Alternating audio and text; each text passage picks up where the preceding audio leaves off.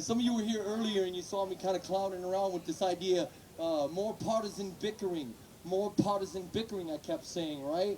I said, hey, if we call those righties, we call them crazy righties, and they call us loony lefties, then that'll bring us all together. And I was trying to make a point.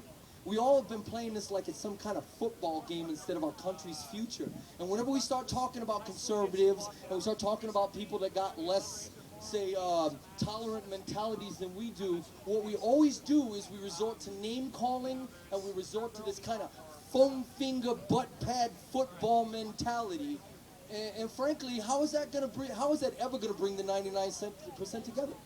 How's that gonna happen? How exactly is it that we're gonna come together if we don't get our blue collar conservatives? How are we gonna do that? Does somebody got a plan for how it is that we're gonna make this thing go over the top without all the blue collar conservatives? Because if you do, let me know, and then we'll keep calling them names, and we'll keep insulting their political choices, and we'll keep insulting their opinions, which they have just as much right to as we do. And then by the end of all of that, hopefully, we will have a more divided country than ever, right? That's what we want. Is that what we want? Yeah, let's divide this country up, babies. More partisan bickering, right?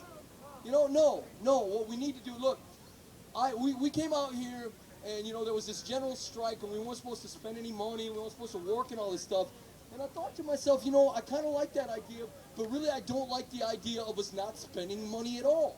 Because it sends the wrong message to the small businessmen and the blue-collar conservatives that are hurting just as bad as we are, who believe the same things that we do, that there's corrupt people up in Washington who are taking advantage, who are taking everything that they've worked for, who are corrupting their children and getting them ready for the they think all of this stuff too. They're tired of it too. They're just as tired of it as we are. Except there's one problem though. There's one problem. We've all grasped on to our team's side so hard that somebody's got to make this first step forward. And do you really think it's going to be a conservative? Do you really think so? Do you think that people who are called conservatives, because they don't change readily, are going to step forward and come and shake our hand? No, they're not. That means we got to be the ones to do it. We always talk about peace. We always talk about connectedness. We always talk about coming together. And yet all we do is bash conservatives. All we do is bash Republicans. All we do is bash businessmen. And it's not businessmen that are the problem. It's corporate control that is the problem. It's banking. It's big business that is the problem. Big business, not small business, not conservatives, not rights, it's not them. They got their own way of thinking. That's cool, that's them, that's the way they think. But this is America. We believe in their right to think that way. It's the cheaters. So why is it that we sit there and we insult their ideologies, which are theirs? Why? Because they insulted us? Yeah, wrap it up. Anyhow, folks, this is what, well, yeah, but the point is that saying it isn't going to solve the problem.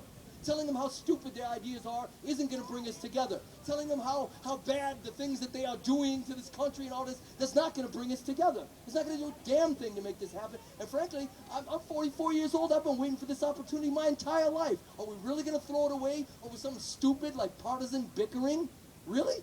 So anyway, that's it. He wants me to wrap it up. You guys have a beautiful day. This was probably the most amazing time I've had in downtown Detroit in a long time. Thank you.